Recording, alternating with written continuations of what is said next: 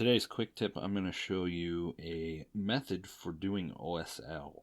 This is more or less a glowing rune type style. There are many ways to do OSL. This is just kind of a quick and effective way to do appreciating style of OSL. Now, I want to point out that on this model, the Void Dragon here, there are finite details like these little scarabs on some of these pieces. It is my recommendation that you do finish fully painting all of the details before you go and start building up your pre-shading for your OSL. The reason being is because if you're trying to indicate that this is glowing out, and you can already see this pre-shade has a very vibrant kind of appeal to it, right? But I'm going to take it and turn it to this green color. It shining off onto the outskirts of this black stone, but not on that scarab, makes no sense, especially when that scarab is metal, right? So it is best to go ahead and paint all of your details, everything, the metallic trim, and this be one of your very final steps. You want to include highlighting all of your edges on the surface that you're going to do as well, that you're going to paint as well. I'm not actually going to work on this stone today because I do need to do that. I still need to go through and paint all the details, but I do have a couple of stones that I can do kind of cooking show-esque work today. Essentially, I'm going to be working on this one right here, just to kind of show you my glazing technique to build up this kind of aura. And then I'll finish out by doing highlights and the final technique on this one for you guys. So this one might be slightly longer, but it should be effective. It should help you guys understand the OSL approach. Now, keep in mind when we're doing this, the colors don't matter so much.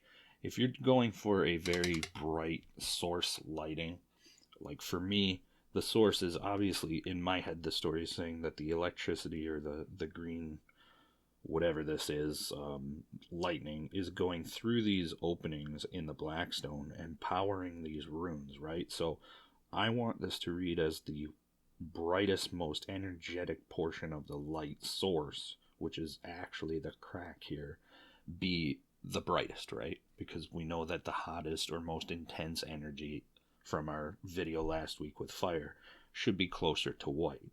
Now, with my army, I've got more of this kind of greenish pale yellow effect going to my energy for my Necrons. So instead of using pure white, I'm actually using a very pale yellow. In fact, I'm using pale yellow from Proacryl. You can use something like Ice Yellow from Vallejo or whatever super desaturated pastel yellow if you're going for the same effect as me. If you're going for a blue or a red, you can even go down into the desaturated, very pastel-y versions of those, but I would recommend staying closer to white. So the reason this yellow works with this green is because I'm using a very pure green. It's almost perfectly natural green, like as green gets, right? The hue, the truest hue. So how do we get green? We add yellow to it. I want it to be a little more on the kind of yellow spectrum, so I'm using this pale yellow. You don't have to use the pale yellow. You can use white. You can use any type of desaturated color you're looking for. And essentially what I did is I thinned down considerably, and in fact I used contrast medium to do this, but I fill these runes with a very thin down paint so that it kind of pools up, if you will, but that's neither here nor there. You just need to paint the inside of the runes, right? So then what I do is I make a glaze, and this glaze is a pigment rich glaze. If you've followed my techniques, it's not a scientific term or anything, but you can see that there's considerable amounts of pigment to this, right? It's not dirty paint water, so I'm working with a consistency that has about that opacity. And then, of course, knocking it off on a moist paper towel here. I'm not pressing my bristles down. See how much I lose when I do that? I lose almost all of my paint, right? The whole point of doing this, of kind of dabbing your brush to get that glaze, the extra moisture off the glaze, is so that we have controllability so that it doesn't turn into a wash. There's still very much paint in here. See how much more paint I have compared to when I just smashed the brush on the paper towel. So all that being said, I'm going to do this kind of cooking show style to try and cut back some of the time. But we grab our glaze, and I want it to kind of obviously emulate from the center of the crack here. So I'm going to kind of start my glaze out here and bring it towards the sharpest point and kind of just follow along. Now see how I'm kind of getting this glob of paint? I've almost got too much moisture on my brush. I can control it. I'm used to this, so I can control it. For those of you who are newer to glazing, maybe knock off a little extra moisture. Take your time with it. But for me, I'm okay with it because I can control it. I've been doing glazing forever, right? See how I'm collecting the majority of that pigment up towards this sharp edge? I want to continue to do that, right? So we're going to let that build up its color after a couple of passes here. And then don't forget this little circle here. We're going to pull all that pigment towards the outside. Most of this circle is going to be covered, but see how this one has a little bit of a darker spot towards the center? That's just to kind of stylize. This one almost has none, so I'll come back later on and touch that up. That's too much devoid of color there. But once you let that dry, then you treat this like any other glaze. You know, you start your gradient, if you will, with a brush stroke out here, right? Once that dries, you've started here. Once that dries, if you're creating a gradient, then you start a little bit closer to where you want basically your brightest color, right? X is your brightest color. So then you start your next layer of glazing here, and you can see this is all getting brighter, and it creates a nice little gradient for you over time. But make sure you let enough time lapse drying between those layers, otherwise you'll end up with what's called paint tearing. And I'm sure we've all seen paint tearing, we just don't know it. Some of us don't know it, where you have a bunch of color, right? And it appears to be dry on the surface.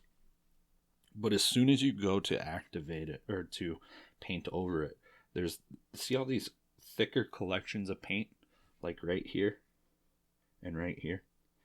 Those will actually create a skim dry surface, and then you come over with paint and you end up brushing over it, and see that hole that I just created? See that sharp edge right there? That's a torn layer of paint, and it's really difficult to fix that with glazing. You basically have to start over. See that right there? That's torn paint. So that's a glazing painter's nightmare. All right, so give yourself enough time for that layer to kind of dry, cure, whatever, and then maybe your next layer you start in a little bit closer and that color gets more and more intense, right? So you can kind of see this gradient building up here, and the point is until you get about 4 or 5 layers and you build up that opacity towards the center, that will give you the whole cell of the kind of glowing aspect of OSL, right? So you notice all of these have that kind of faded out more towards here, and it gets more intense towards the center, right? We're not done. Now we have to sell these sharp edges, right? Blackstone can be kind of reflective. I've highlighted it so up here. It's not that this is glowing, it's just that light is bouncing off that sharp edge. So what I'm going to do is I'm going to take about, I don't know, we'll see what the mix looks like, but I'm thinking 50-50, this pale yellow and a little bit of white, just to brighten things up and make that, it's going to be more than that. It's going to be about 1 to 2, 1 part white, or I'm sorry, 2 parts white to 1 part pale yellow here. So what I'm looking for is something that is even more desaturated than this base color that I'm using right now, which is on the blue glove fairly yellow, but it's actually not. So you see the difference in hue? This one is very desaturated compared to that one. It's not in your face white. This is in your face white. You can see that difference, right? I don't want that drastic of a change, you know? I just want a slight kind of indication, if you will. And I'm just going to go ahead and load up a brush. My paint is thin this time, but it's just naturally thinned. It's not, you know, it's very much opaque paint, see? So I want to hit an edge highlight on all of these sharp edges here. And excuse my shakes, but, you know, hit a nice edge highlight. That's a little too aggressive, but we'll hit this edge highlight, and that will sell even more so that glow effect coming off of the center, and that bright glowing center, right? So anything that meets up with this canal, this kind of runic depth canal, whatever you want to call that, I'm going to hit this with that bright highlight, and that will really sell that OSL effect, okay? So give me 2 seconds to finish edge highlighting this, and I'll be right back. So I've got the airbrush set up. I'm going to be using a fine detail brush for this because it's such a tight spot. I don't want to get too much on the outskirts of this black stone, okay? I want it to kind of stay within. Yes, I do want some of that overspray to hit the black stone. It'll create a nice effect where there's no white paint. But I don't want to go spraying all over the place because OSL should not be necessarily in this deep recess. You know, it shouldn't be coming over here on this metal because there's a lip there, things like that. So I want to kind of keep this point and shoot, and I'm going to do my best to only use this as a filter. I don't want any collection going down this canal, okay? So, like I said, I'm working with contrast paints. I think contrast paints are great through the airbrush and as filters. I'm using Warpstone Lightning. This is what I've used on all of the lightning here. It's a coincidence that it's called Warpstone Lightning. I didn't buy it because of that, but I wanted to show you. You can kind of see how thin it is, but this is a very, very translucent paint. I've thinned this down 8 drops of flow improver to 1 drop of contrast, okay? So I want it to be that thin because I don't want to overwhelm it too quick, and I want to be able to kind of leave these outsides thin and then intensify the center, okay? So let's go ahead and get in here. I'm going to very, very lightly glaze in this paint here, okay? And I don't want to get too extreme with it, but I just want to kind of take my time here, okay? See how it's already starting to turn green?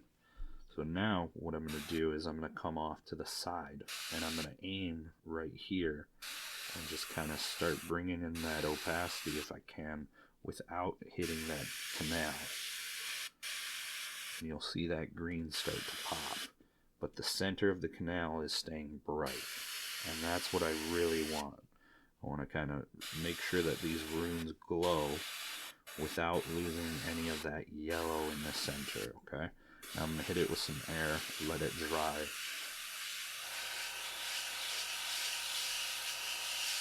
It does have a gloss coat on it, so it's going to appear a little shiny. And then I'm going to do it one more time here just so that I can get a little bit more of an extreme green. Now I am overspraying here, and by that I mean I'm taking my airbrush and spraying at this angle almost here to hit this edge, skipping this edge, and then I'll come back around from this side and do the same thing. When I do that, I'm going to have to put my fingers here to block the model. But the whole idea is to catch those edges and bring up that green. Bring that intensity while protecting the yellow within. And then we'll do it around here.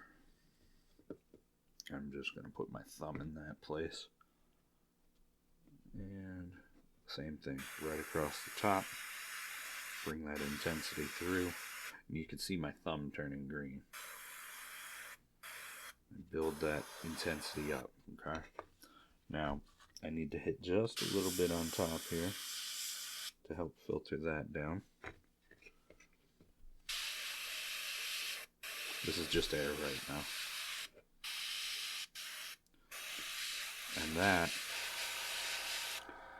is essentially it. Now, one thing, if you want to bring this white back in, we can do that. We can go back in with some more of that white yellow and kind of build things back up. So I'm going to let this dry and I'll come right back and show you how to do that. Now that that's dry, we can kind of see some of that runic glow, but I want that center to be slightly back to that yellow. So what I've done here is I've mixed up some more of that white yellow with a little bit of contrast medium. Now, there are a lot of opinions about contrast out there. I'm not here to give you mine. All I'm going to tell you is that the reason I'm using contrast medium here is because it acts similar to a flow improver, except for it has a little bit of an added value in that it dissipates a little more, meaning it softens its edge, if you will. So I can paint with flow improver and it'll pool, but it's not gonna, almost like an automatic feather, if you will, feathering. This is going to really lend itself to the effect in that I don't have the real estate in the model here to feather it out, right? So as it dries, it's going to thin out, it's going to soften it out. So I want that effect where this rune crack is going to kind of suck up a little bit of that pigment, but the contrast medium allows for that green to still filter through. So I'm not taking and pooling this in here intensely. I'm just giving it one quick little run around here with the yellow, and then my effect should take place. Okay, so the idea here is I'm using a very slender, very long brush. A lot of times I would prefer to use a liner brush, but I'm trying out these Rosemary's for Michigan Toy Soldier to kind of see how their brushes are. Now I am getting a little intense with the yellow here for my taste, so I may have to come back and kind of feather this out a little bit by sucking some of it up. It's okay as long as you do it quick enough to where you're not going to have that hard edge. And I'm just going to kind of dab my brush in there. And you can see how thin that brush is. That's really helpful for panel lining and things of that nature.